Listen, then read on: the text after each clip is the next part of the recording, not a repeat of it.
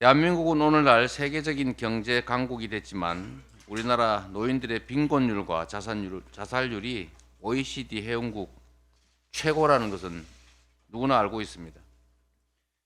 76세 이상은 절반 이상이 가난하고 재활용품 수집 노인도 6만 6천 명이 넘는다고 합니다. 반면에 공적연금에 투입된 재정은 정부 지출의 9.4%에 불과해서 아이슬란드를 제외하면 꼴찌라고 합니다.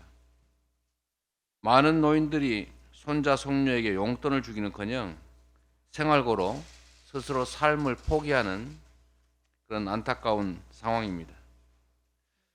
그런데 18일 인사청문회에서 기가 막힌 얘기가 나왔습니다. 농식품부 장관 후보자가 1억 원을 불법 증여한 의혹을 제기하니까 아이들에게 용돈 차원에서 준 거다 이렇게 말했습니다. 불법 증여를 했으면 죄송합니다. 그리고 그에 상응하는 조치를 하고 반성하면 될 일이지. 어떻게 이 어려운 상황에서 1억을 용돈 줬다 이런 얘기를 할 수가 있습니까? 그런 생각으로 어떻게 국정을 담당하고 우리 국민들의 아픈 곳을 보듬겠습니까? 국민의 모습, 공복으로서의 기본적인 자세가 돼 있지 않습니다. 아마 뭐 이런 일이 수없이 발생하도 또 임명하겠지요. 제가 좀 전에 통계 자료를 보니까 역대 최고 수준을 넘고 있습니다. 국회 인사청문회 통과 안 되고 마음대로 임명한 게 벌써 역대 어느 정권보다도 높을 뿐만 아니라 거의 최고 높은 것에 거의 2배 가까이 됩니다. 46%나 된다고 합니다.